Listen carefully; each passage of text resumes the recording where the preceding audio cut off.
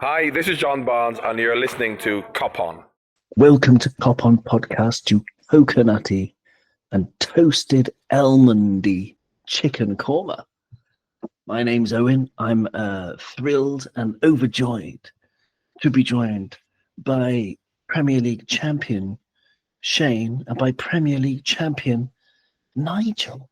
We're here on YouTube. We're here tickling your oracles on the audio format as well. Welcome one and all, whoever you are, wherever you may be.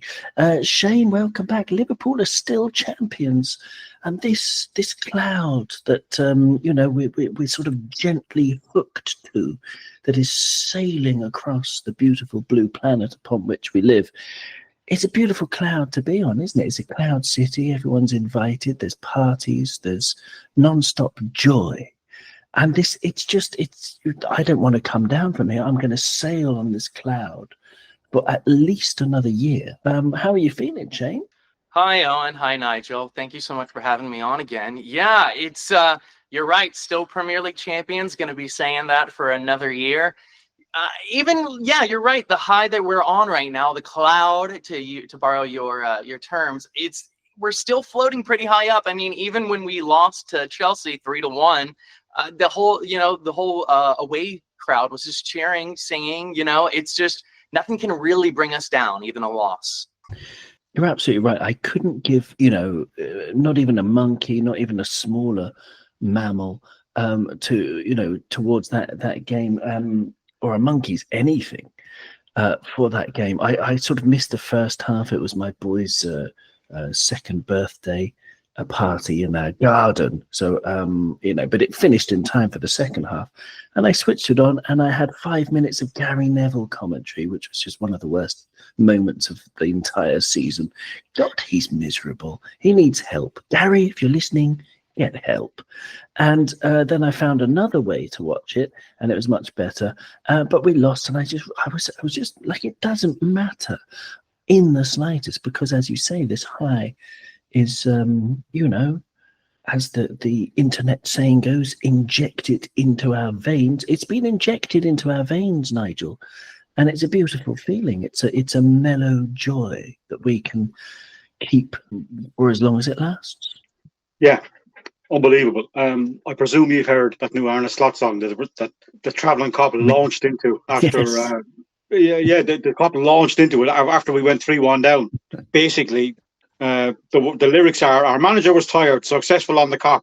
He brought us number 19. His name is Jurgen Klopp. We needed a replacement, and who was it we got? He brought us number 20. His name is Arne Slot. Yes. So that rang around. I was just checking the lyrics on it there, and it's very good. And you can get a look at it later. I might send you the link. But it's just a great time.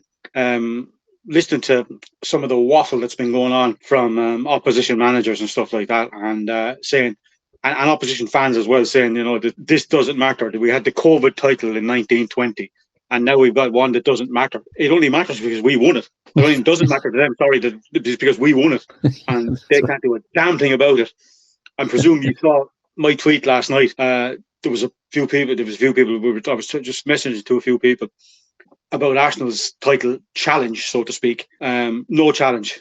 We were top since November. Even Man United were top for one day. It might have been the first day of the season, but they were top for one day. Arsenal were not top one day this season. Liverpool top since November. Arsenal never got within 7 points of us. And just, if that's a challenge, I hope every year is like that challenge, because they're completely and totally just non-existent. Yeah, totally. And we got lots to talk about. We'll get onto the ongoing comedy that is Arsenal and Arteta. I mean, he said some incredible things. We'll talk about that soon. But I do want to talk about something that is, the grayness as opposed to the silver lining around the cloud that we are currently sailing on. A little bit of a heaviness is that Trent is leaving, and sometimes I start Kop On with a poem, and I thought actually I'd wait to bring up the Trent news to just read you a verse or two from the Pink Floyd song, one of the Pink Floyd songs that goes, "Remember when you were young, You shone like the sun. Shine on, you crazy diamond. Now there's a look in your eyes like black holes in the sky. Shine on, you crazy diamond. Shane, I think he's making a terrible mistake. I would agree. I definitely would agree. Yeah, there's a lot of mixed emotions. And it's also been interesting listening to the other commentary from other supporters of other clubs and, like, you know, giving their take on it. And I think really the main point as Liverpool fans is that we shouldn't be really disrespectful towards another Liverpool fan's opinions or feelings on this at this moment in time, because it's all, like, you know, really kind of befuddled. But if I have to stick myself in one camp or the other, I'm obviously in the camp where I'm disappointed, I'm let down. Now, here's the thing. I do understand about growing up in the same place for 20, 25 years straight and not living in another place. And so I left Houston, Texas because of that. And so, but I mean, I wasn't, like, you know, wasn't on the same wages. It wasn't the same thing, but, like, just to go and make a new life for yourself, I can completely understand that. There's just so many other things, though. The fact that he says that he loves the club, that he has this loyalty to the club and everything else, but he still ran down his contract. He didn't sign a contract. We're not getting a fee for him. And so in some ways that kind of feels like almost like a backstabbing move. I mean, we even got 100 million for Felipe Coutinho, and what did we do with that money? We bought Alisson Becker and Mohamed Salah. So I mean, if anything, we could have just gotten a fee for him. So I'm very frustrated about that. But then also, in terms of just, like, pride, like, I can understand wanting to go to La Liga, but, like, I wouldn't want, maybe I'm just too prideful, maybe I'm just too arrogant, but if I was in his shoes, if Real Madrid had beat me in 2 finals, knocked me out of the tournament, everything else, I wouldn't want to join that franchise. I would instead try to join any other team in the world and ruin their season, ruin their campaign every year, just out of spite. And I just, like, out of a competitive athletic, like, I don't know, posture. But with that, also the third thought, and this is the final thought, and I'll leave it at this because I know I've just kind of word vomited a little bit, but coming from Trent in terms of, like, self-respect, he doesn't, like, would they sign him if they had to pay a fee to Liverpool? It seems like he purposely ran down the contract because Real Madrid were only going to take him if they didn't have to pay a fee, because we should be getting 50, 70, whatever, however many millions you want for him. So the fact that he doesn't, it just seems like he's not putting enough stock in himself. Like, he doesn't view himself as, no, I am worth this, and you should be paying this club this much money for me to get me. And so to be like, yeah, I'll do it, whatever I need to do to join you guys, if you're only willing to take me for free, I'd be like, I'm not a player that goes for free. So I don't know, but again, I'm not him. I'm arrogant, I'm boastful, I'm out of the loop. So I mean, that's a very good point, and I would say you're far from arrogant or boastful as well, Shane. But it's a very interesting answer. Talking about self-respect and things like that. I've got an image on screen for those of you watching on YouTube, and it's from the LFC TV official video interview, which is much better than his official announcement on his social media, which was very fabricated and very, I don't know if trite is the right word. I'll have to check the definition, but it seemed trite to me. But the interviewer asked the obvious questions, as they always do, which is good. I'm not criticizing that. But Alexander Arnold, it seems to me, Nigel, like he made the decision a while ago, right? He made the decision, maybe James Pearce was saying as far back as 2023, when they didn't finalize with all the other stuff that was going on in the club. They didn't sit down with Trent and say, right, we're going to offer you improved terms or whatever. That might have been the turning point, or whenever the turning point was. It feels like it's been a long way coming, and now he's leaving because he's a man of his word, and he already promised Real Madrid, let's say, for example, at the start of this season, when they put in their cheeky bid in the winter. And I don't know, there's lots I want to say about this subject. But anyway, he's had this decision for a while, long before he knew that Liverpool were going to win the league. And I am going to play you just a few seconds, which I think won't break copyright of this interview, because it's just a few seconds. Initially, first and foremost, want to say it's not an easy decision, and there's a lot of thought and feeling that's gone into it. That's all I want to say. A few seconds of that interview, so I don't break any copyright things. He looks miserable as all hell, and I think this is why, because it's not about what we would do, right? Going back to Shane's answer, it's not about that. And you're perfectly, right to bring that up, Shane. It's like we can all think about what we would do in different situations, and it's about him. And I hope it goes well for him. I mean, I hope he wins the Ballon d'Or every year, and Liverpool win the Champions League every year. Because I hope it goes well for him. But in a nutshell, Nigel, he's for him, he's making a massive mistake for him in his career. What do you reckon, Nigel? Thoughts and feelings.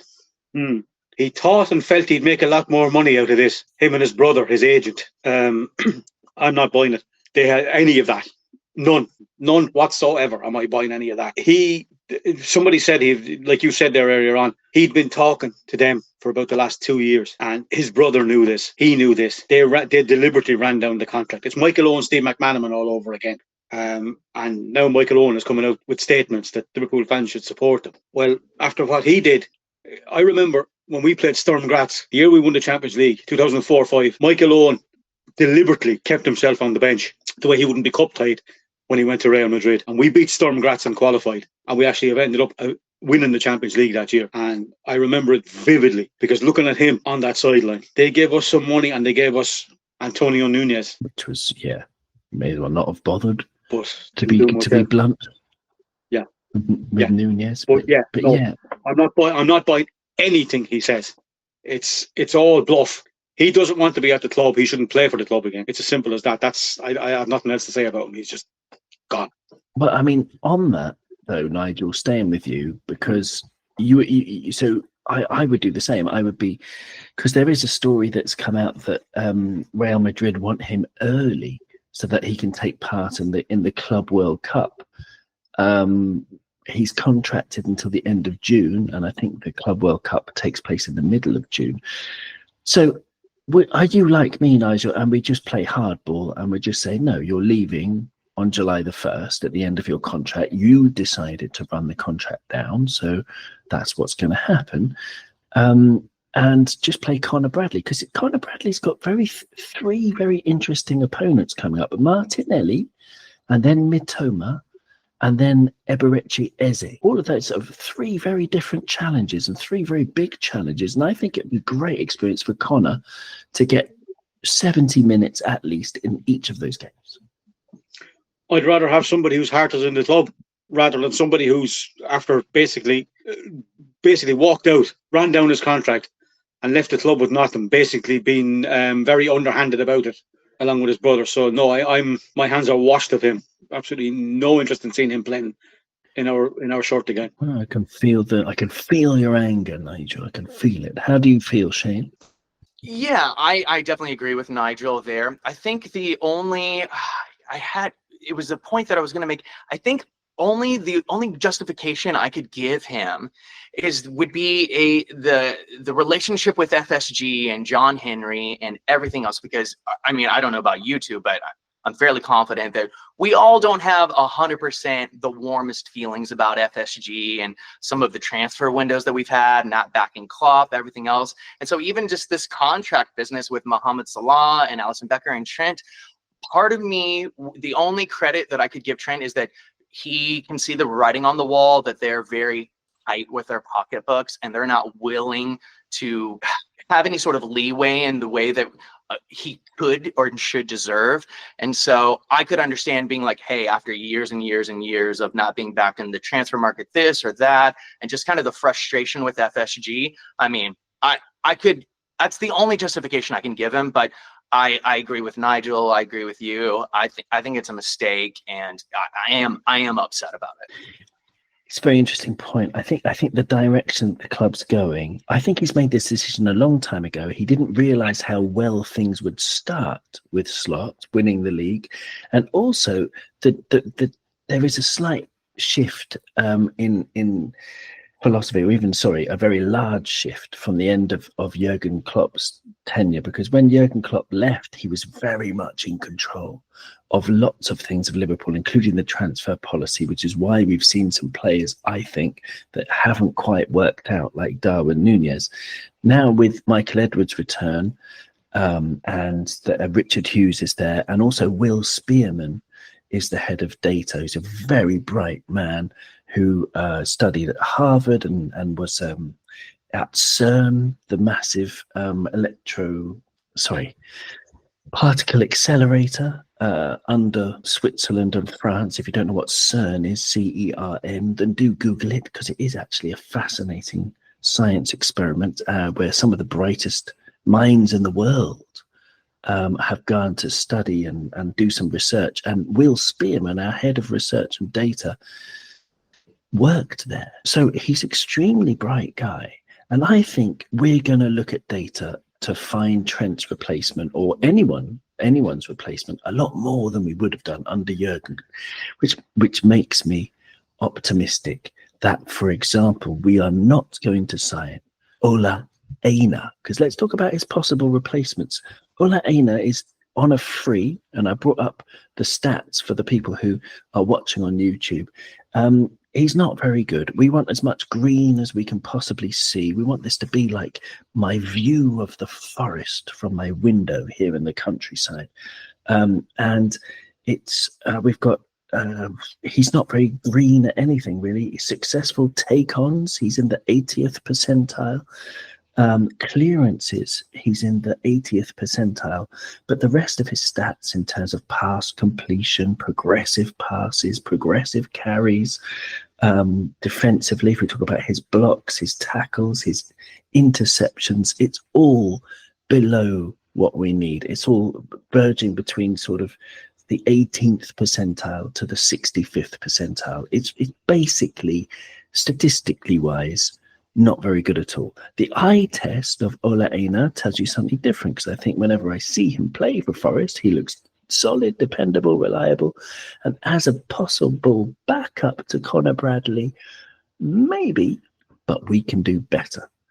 And I want to bring up on the screen a player who I would like. I mean, I would love to sign, for example, my number one choice would be Dumfries, but I don't think it's easy to get players out of Italy, especially when they're in good form, as Dumfries is. And I just pressed the wrong button, which is always very good for YouTube. So I'll bring Vanderson's profile up. He's 23 years old and 321 days.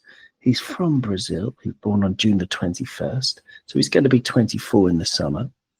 And his stats are whoppingly green. They're as green as the cabbage in my auntie's garden. Absolutely wonderful. He's good at everything, Vanderson. The worst he's at is pass completion, which is a bit of a worry. You don't want your right back giving the ball away.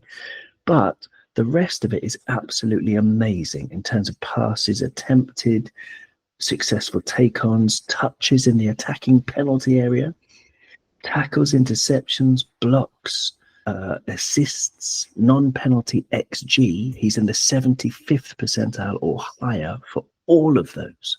But what's especially exciting about Vanderson for me, and I don't know if I've convinced you to, is if you look at his tackling, his interceptions and his blocks, they're in the 95th, 96th and 94th percentile consecutively. So he's very, very, very solid defensively. He's good going forward, even though he only has 3 assists and 1 goal this season. I think last season he had very similar numbers. But you think that he would, playing in a better team, he would get better numbers in terms of that. But how it would work for me, if we want to go with Vanderson, is we've got someone really solid defensively. So then we're going to need to sign another right winger. Bear with me, Mo Salah fans. Another right winger who's very fast, who can get up and down the line and help Szoboszlai as well with his covering, or we can replace Szoboszlai even in that midfield, because if we have a winger who can also defend, and we move Salah to the centre. And I think if Liverpool are interested in someone like Van der Sar or someone with Van der Sar's profile, which is a very FSG profile, then we should go down that route where we sign another super fast winger, dangerous winger who can defend, and then we can play around with the midfield and we can play around with Mo Salah in the centre. Have I sold it to you, Nigel, this idea, Van der Sar? Or would you prefer more of a like-for-like replacement of Trent? No, I like his figures. They look very good. It's just I'm hoping that we can sign a 6, so it might give us some option, a little bit more leeway to rest like Gravenberch and Szoboszlai. We saw what happened to those two near the end of the season. Like after the Manchester City game, Dominic Szoboszlai was face down on the ground after putting in a man-of-match performance. He was superb that day, but we just run the legs off. He's done so much covering back because basically Arne Slot told Mo at the start of the season, you don't have to be coming back too far. We'll do the running for you. Well, that running was Szoboszlai and Gravenberch. And look at what happened. We need, even more so than defensive reinforcements, like we have Conor Bradley there as a set. You know, he's within the club already. I think if we get a proper defensive midfielder or somebody in the vein of Fabinho, another player we signed from Monaco, by the way, it gives us a base of a guy sitting in front of the back four or who can push maybe as well with those two. We need a couple of centre midfielders, I think, because just to give us a little bit more flexibility and fluidity in the middle of the field so we won't have to be running the legs off our midfielders all the time. But I think that is related to the right back, you see, because I agree with you. I think we need a 6. And let's say, for example, we buy a 6, Gravenberch gets a rest, McAllister goes into Szoboszlai's position, and, for example, Curtis Jones is the other midfielder. That would be great. But the right back, you see, how it affects Mo Salah's job and Mo Salah's role is important, because at the moment, Mo Salah doesn't defend, as he said at the end of the season with an interview, right? So without Mo Salah defending, if you play, for example, McAllister or Jones in Szoboszlai's position, then who's going to cover that, 100 meters of grass, that sort of 1,000 square meter area that Szoboszlai covers in every single match? If we sign a very solidly defensive right back, then we can keep them sort of back, and we can, as opposed to, for example, Jeremy Frimpong, who has been heavily linked with us, who's just an attacking, he's just another winger, basically. Plays in a similar role to Hakimi, but he's not as good defensively as Hakimi. I'll show you Frimpong's stats. Jeremy Frimpong, these are his defensive stats in yellow, and for the audio listeners, it's basically diabolical. He's in the 6th percentile for tackles, the 3rd percentile for interceptions. Yeah, passes attempted and aggressive passes are really poor as well. Passes attempted, he's only in the 5th percentile, because he only averages 35 passes per match. He's in the 1st percentile for clearances, which is extremely worrying. That means that all of the defenders in Europe, all of the other fullbacks, right backs and left backs in Europe are better than him at kicking the ball away from the danger zone. Does that mean he doesn't? Does that mean, though, with those figures, that he most of the time he doesn't end up at right back? No, exactly. Are they covering across over them, playing 3 centre backs or something? Exactly. Exactly. This is what these stats are suggesting, that he doesn't even go back. And if you compare him to an attacking midfielder or winger, his stats aren't particularly great, but you could see how his clearances suddenly jump up from the 1st percentile to the 78th percentile. So, but as a fullback, if you're going to call him a fullback, then his attacking stats are pretty amazing. But 5 assists, 4 goals in 2,224 minutes in the Bundesliga, 3 assists in 800 Champions League minutes, or 793. It's not bad, but it's not great. I mean, Frimpong at 35 million if we remember, when we played Leverkusen in the Champions League, we got a lot of joy down that side when we were running at them. We got a lot of joy down that side. We hammered them. I think Luis Diaz Which is got a why- hat trick that night, and Which is I why I remember think, at least Sorry, two, go on. maybe three of the crosses went in that side. So Absolutely, you're absolutely right. Yeah, which is why I think Vanderson is, Van the man. That's what I'm saying. Shane, what do you think between the type of profile, Vanderson or someone attacking like Trent? I think maybe the profile that you laid out for Vanderson, it would be a kind of a nice change from what we have. I mean, you've been defensively exposed on that side for some time now, and so it'd be nice to have a little bit more confidence. So with these stats, and I agree with the numbers that Vanderson's numbers are way better than Aina's. Am I pronouncing his last name correctly? Aina. Yeah. So with that, he's playing for Nottingham Forest in the Premier League, the best league in the world. And so I think there needs to be some sort of leeway given with these numbers because he's playing in a weaker league and he's playing against weaker opponents. And so Aina, I mean, we all know what Nottingham Forest has done. It's been a very impressive job. So I would say that Aina has had far more stiffer competition than Vanderson. So I don't know how much discrepancy that creates though. Yeah, I mean, Vanderson playing in Liga in France, I mean, it does create there is a significant gap in quality, but it's just the fact that he can do everything, Vanderson. And if you watch him play, it's like, he's too good for Liga. I think he's good enough to make the step up. And with his age he's about to turn 24, he wouldn't cost the earth, I would think. And I just think it makes a lot of sense because then Bradley would have someone to compete with, and I don't want to stop Connor Bradley's development. But no, interestingly on all this, I mean, I was speaking to a young footballer earlier today, and he's not connected with Liverpool in any way. He's a professional footballer in Liga, and he was talking about the Trent move and just saying, well, as fans of Liverpool, it's hard to see it from a player's point of view. But when you're a player, like, you understand how little loyalty there is in football.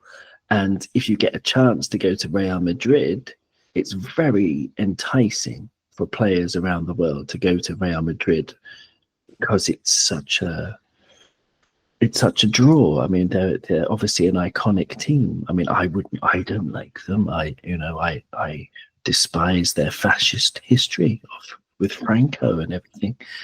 And they've had some players who I just really don't like. They have had some wonderful players as well. I very much enjoyed watching Zidane, and I like watching some of their players. But I don't know. It's hard for us to say. But anyway, he's going. Let's move on. And speaking of a link between French football and the Trent thing and our next opponents, Arsenal. They lost to PSG in a way that most people thought fair, apart from Mikel Arteta. I don't know, Shane, I want to stay with you for a moment. Have you seen any of the comments from Mikel Arteta? I'm going to bring up a ton of text. I'm not asking you to read it, but did you see any video things of what Arteta said after that match? Yes, I did. I watched the match as well, and I really enjoyed the match. And I mean, for the first 16 minutes, I thought Arsenal should have been up 2-0, aside from Donnarumma coming up with some blinders for some saves. Mm-hmm. But yeah, I did see a split screen top bottom of Mikel Arteta and Luis Enrique when they were during the post-match press conference. And Arteta said that they were the better team across both legs. And Luis Enrique, of course, was like, scoring more goals is what matters. And so, yeah, I mean, it's hard not to agree with Luis Enrique. And plus, the whole story with Luis Enrique with his 9-year-old daughter and everything else. So there's that. But keep in mind, I was rooting for Arsenal. I know everyone else might feel differently, but in terms of over here where I am in this part of the world, the Arsenal fans are not the worst that you come across, and they're actually among big six clubs. They're some of the most enjoyable to get along with. And so I was definitely pulling for them because I'm just mad that PSG beat us. But you know, if you do want a team to win the Champions League that's not Liverpool, you kind of want it to be the team that knocks you out, right? Like same thing with Atalanta in the Europa League. It's like, oh, we got beat by the team that did go on to win it. So, and I think they will, Paris Saint-Germain. I think this is the year. The story you were referring to was Luis Enrique's daughter actually died of cancer, and may she rest in peace. She was only 9 years old. Absolutely tragic. So incredible kudos to Luis Enrique for you know, staying in the public eye and doing what he's doing to turn this Paris Saint-Germain team around from a bunch of, you know, I don't know, the swanning around drama queens to this very, very intense and attacking and exciting to watch team, regardless of how you feel about Qatar and Middle East politics, etc. But it's absolutely, if you take away everything surrounding it, just look at the football. The football is absolutely extraordinary. But Mikel Arteta sort of, you know, I would say losing the plot. I don't think he's ever had the plot. He sort of, I don't know, he rented the plot about 15 years ago, and then he moved out of the plot. But the stats, he does kind of have a point, Nigel, that Arsenal were the better team in terms of expected goals. They're up at 2.91 as opposed to 1.74 for PSG last night. But what I saw, the matches that I saw, because I watched both matches, was that I would say Arsenal were by far the better team for about 45 minutes of the 180 minutes. PSG were the better team for about 100 minutes, and it was about equal for about 35 minutes. The way Arteta's been talking, it's like, you know, he said they were the best team in the competition. He said, unlike Shane, who very level-headedly said that Arsenal should have been 2 up in the first 20 minutes. I agree. Arteta's saying they should have been 3 up, at least 3 up, I think he said, after the first 20 minutes. And there's something about the hyperbole if you compare Arteta to Slot. Slot, he never gets caught in the exaggerating game. He's never once exaggerated. He just tells everything exactly as it is.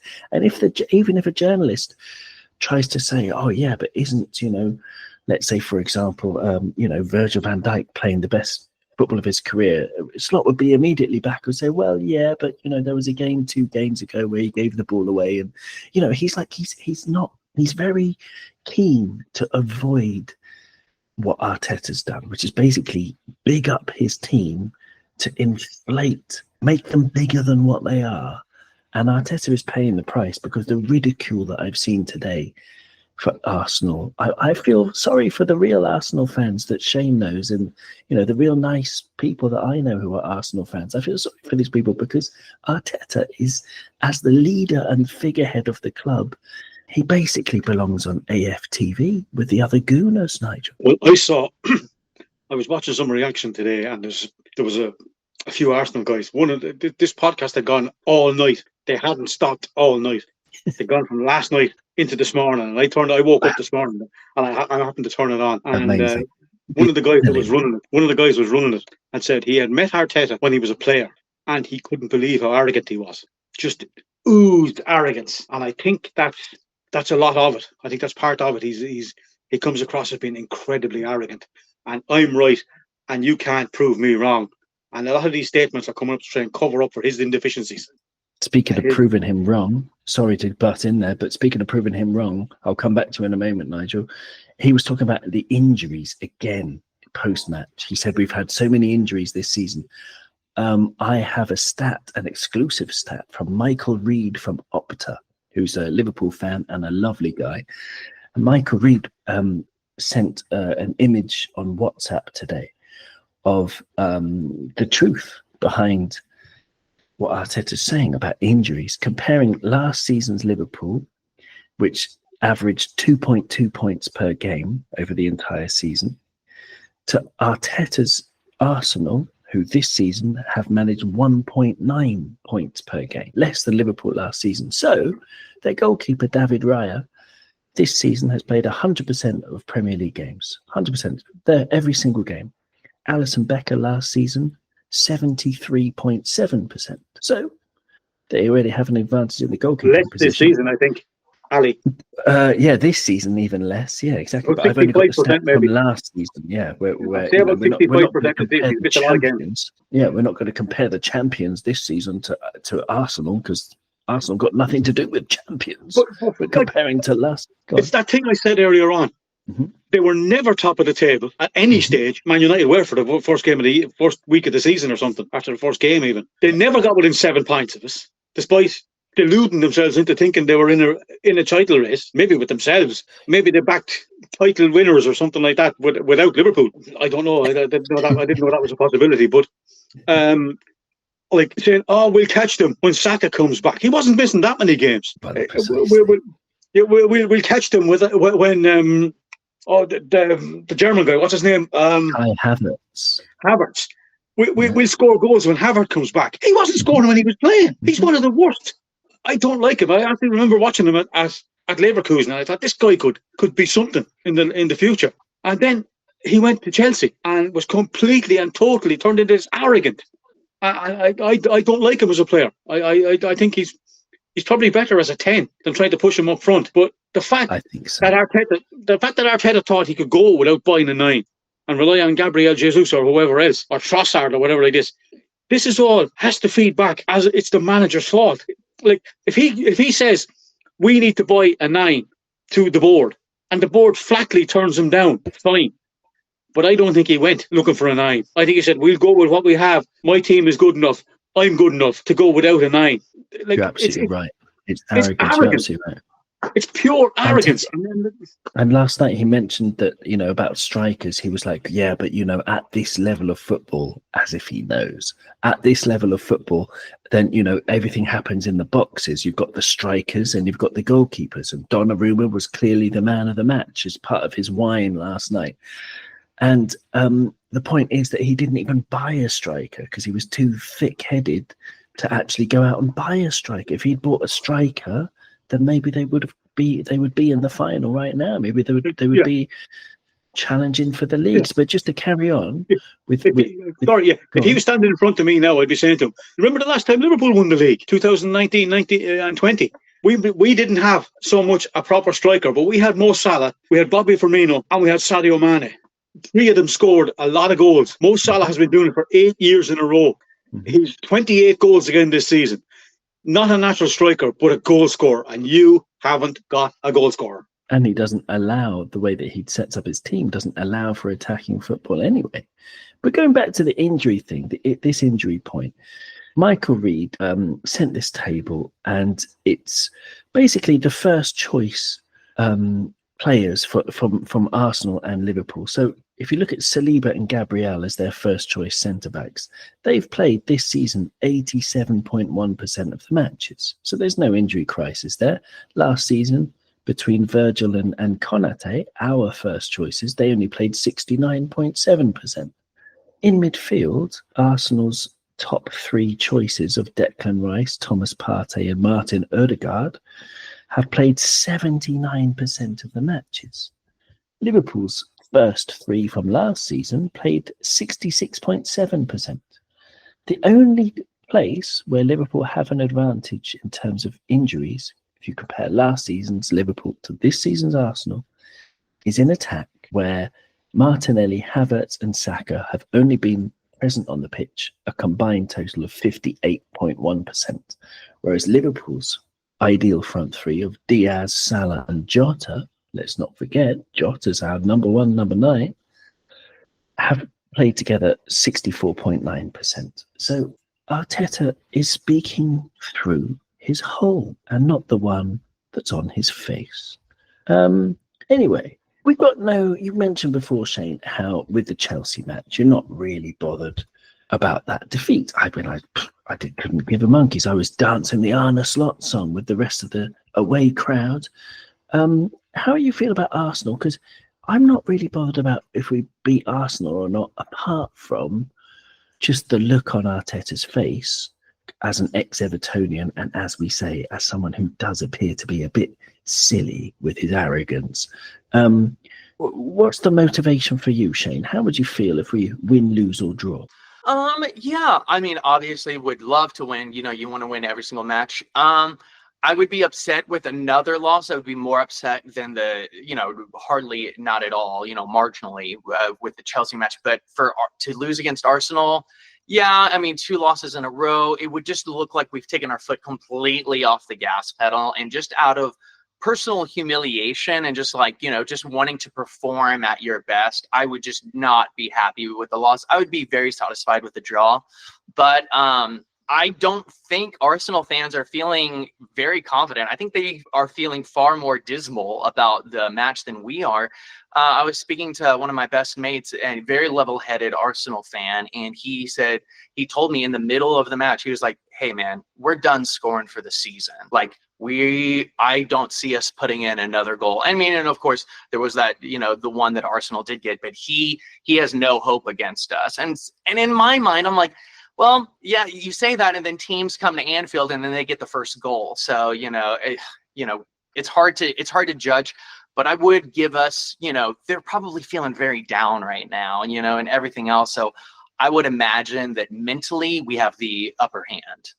Yeah, I mean, unless they want revenge, Nigel, can you see Arsenal turning up with bloodthirsty revenge? Because let's not forget they've got a lot of pride to play for, because they're only 3 points ahead of City. We want to absolutely batter them. Unacceptable. Anything else is unacceptable. I'm not sure if you can see it there at the moment, but I sent a thing to your phone, the group, a few minutes ago there. If you just have a quick look at it, if you can. On the phone. I'll bring it up, but yeah, in the meantime, Arsenal's formation for Sunday, by the way, if you get a chance to have a look at it. But back to the Arsenal thing again. They've been trying to play all season, and possibly last season as well. I didn't really notice it much last season, but try and score from a set piece, whether it be corner, big long free kick into the box, long corner. Now suddenly, all of a sudden, there was long throws last night, or big punts forward, and that seems to be the thing. Try and score from a set piece, and then sit back and soak it up. And they tried to do that against us at their place earlier in the season. They scored right on half time from a free kick, no less, with a header, Marino, and then proceeded to try and sit back and soak up pressure. And we scored a very nice second goal with a ball, I think it was by Trent actually, down the wing. And Mo Salah and Darwin Núñez switched places.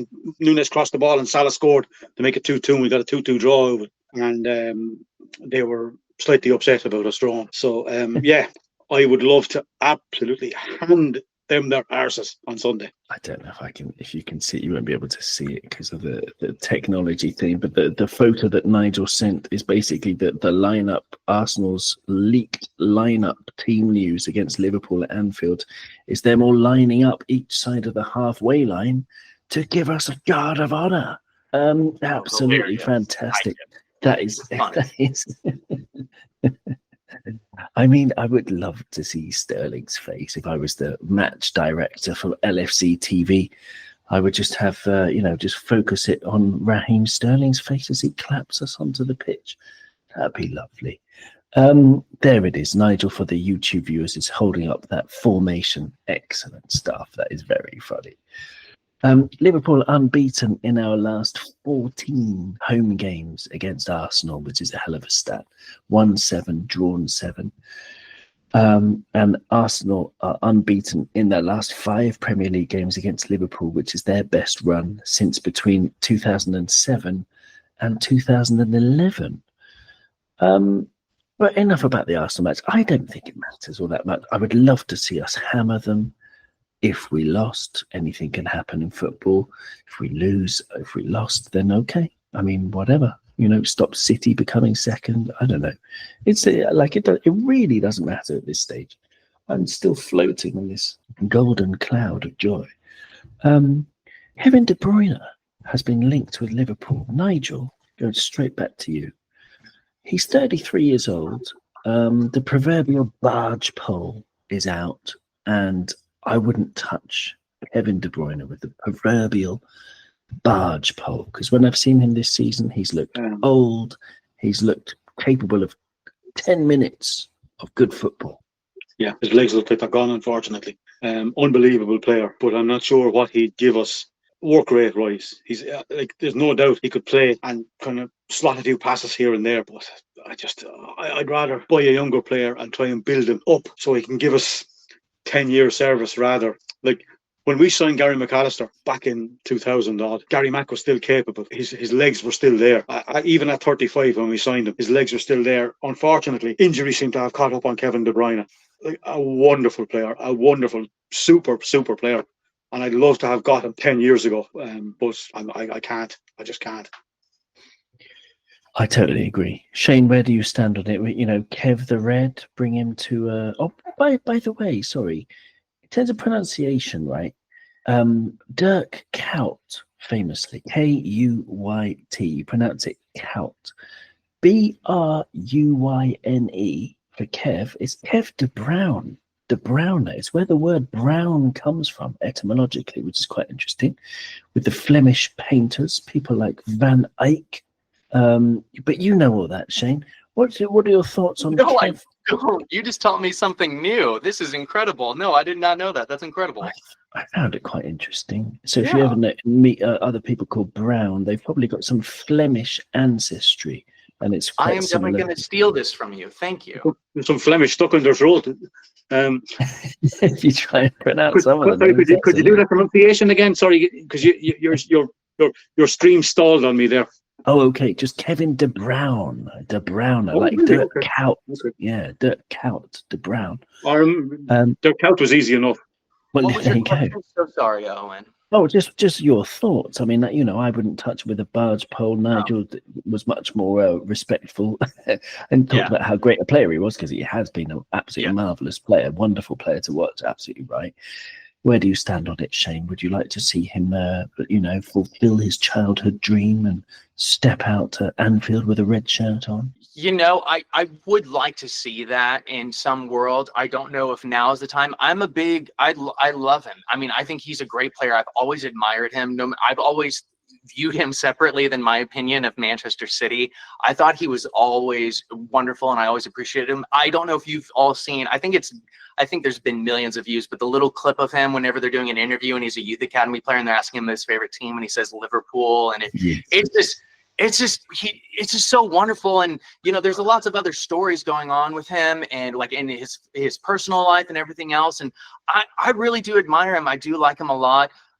It is hard to hear as a fellow 33-year-old that he's too old. So like, you know, there is a dagger in my heart, but yeah, I do understand. I have seen what you both are talking about. Again, he did score the other week. He can deliver a ball really well. I just wish we would have gotten maybe not 10 years, but maybe like 6 years ago, 5 years ago. We would be dominating.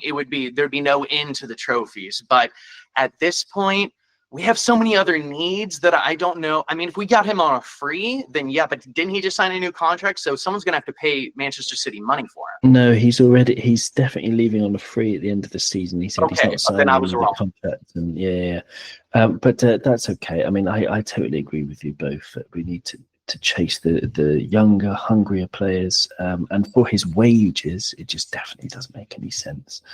But sticking with transfers then, just to finish up, Nigel said before he wanted a number 6. I am led to believe that Bradley Barcola is keeping his options open this summer.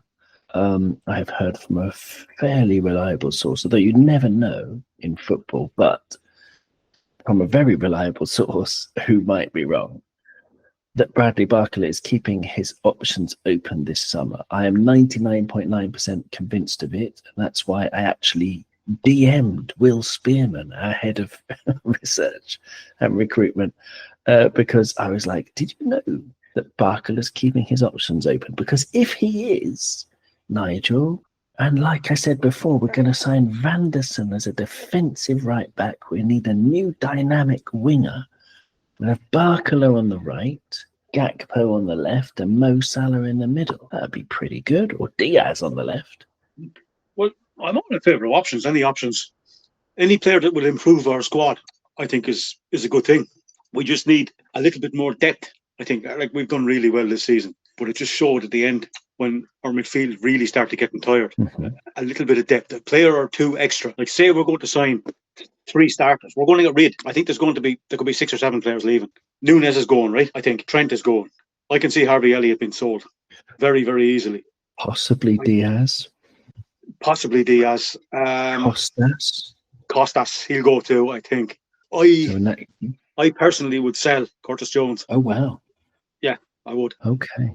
Okay. He's a good player, but I'm just not sure he's quick enough to use the ball.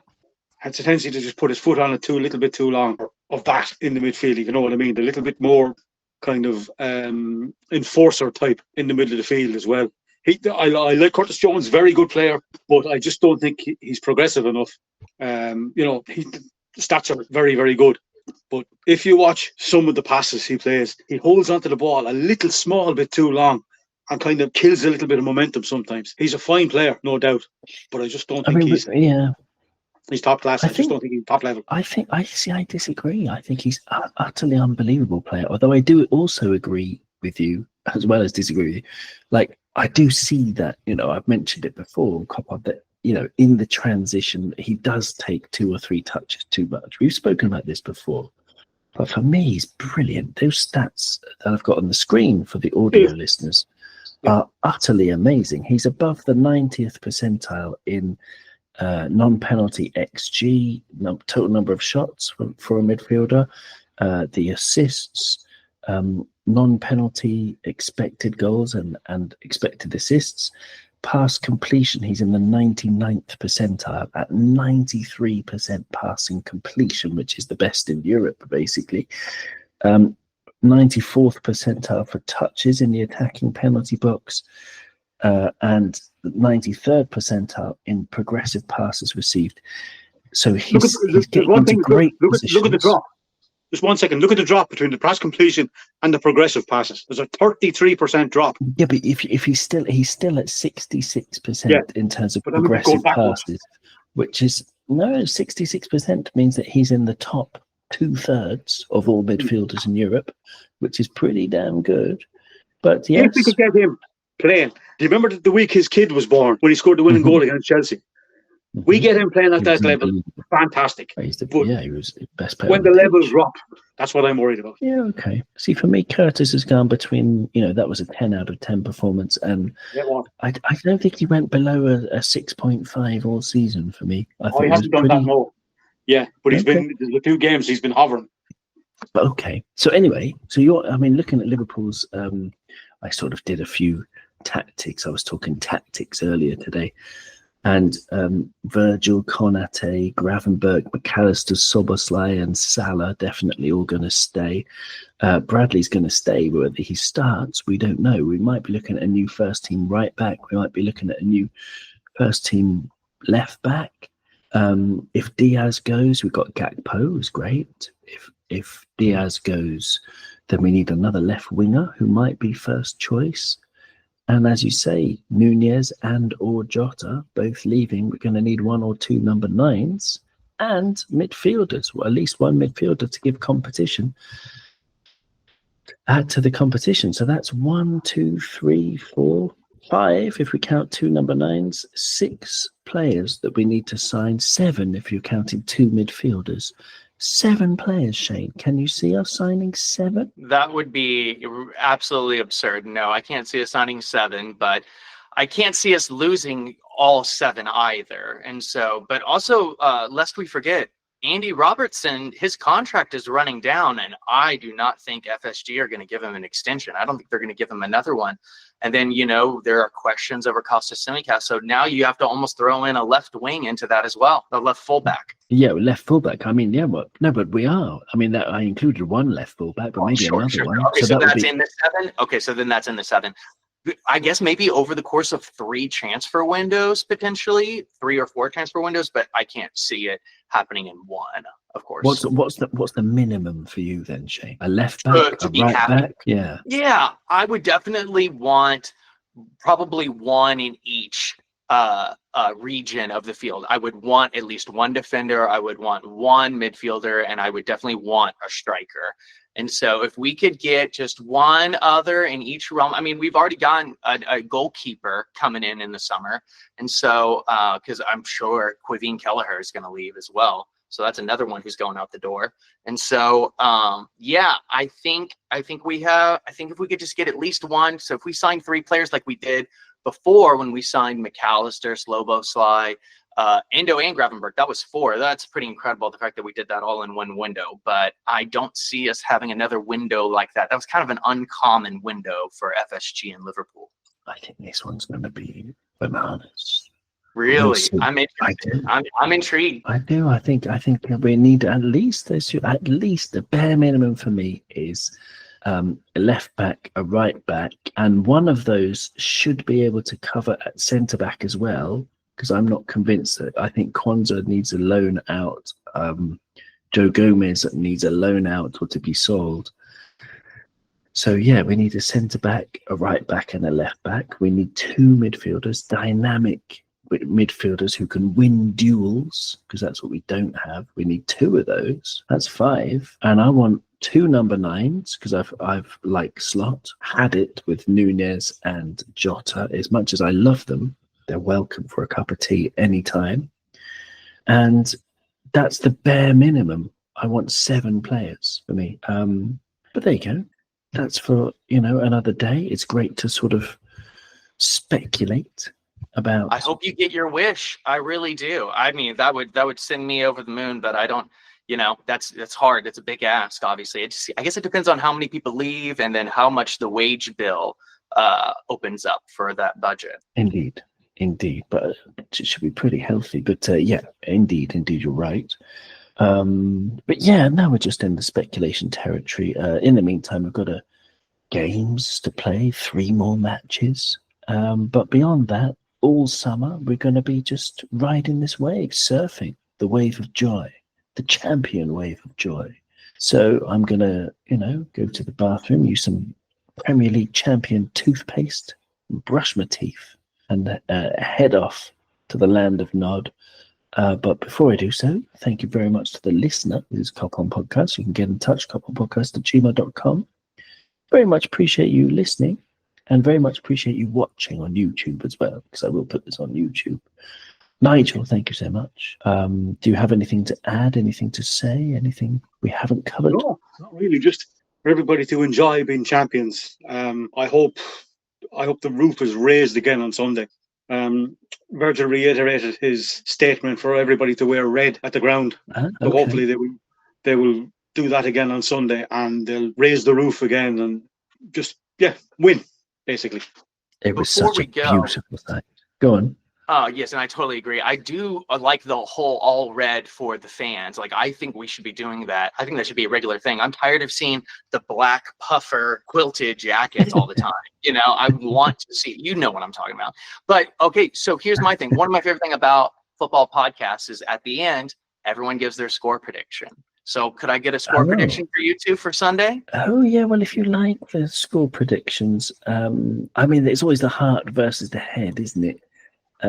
The heart says 6-0 or 7. No, 6, because I don't want to taint the Man United result. 6-0 to Liverpool. That's what the heart says.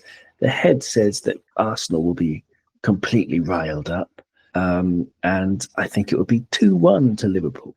What about you, Nigel? The heart and the head had a conversation. It's going to be 4-0 to us. Very good.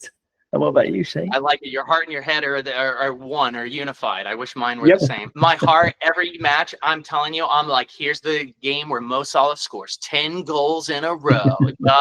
But my head is telling me 2-1, 3-1.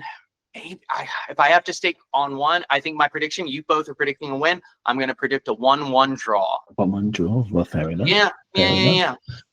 Fair enough. And whatever happens, que sera, sera. Whatever happens, people are going to be dancing. I do think it looks particularly wonderful with everybody wearing red, I think a lot of the fans will actually think, no, Virgil, we're going to save it for special occasions. I'm sure everybody's going to wear red. That's just my instinct. I don't know if it will become a super not a superstition, but like a regular thing for everybody to dress up in red. But we'll see. Hopefully, because it does look absolutely magnificent. But if you're going, take a photo of Arteta as he cries on the touchline and send it to me, koponpodcast@gmail.com. Thank you for listening. Thank you for watching. And we'll see you again soon. Thank you very much. You'll never walk alone.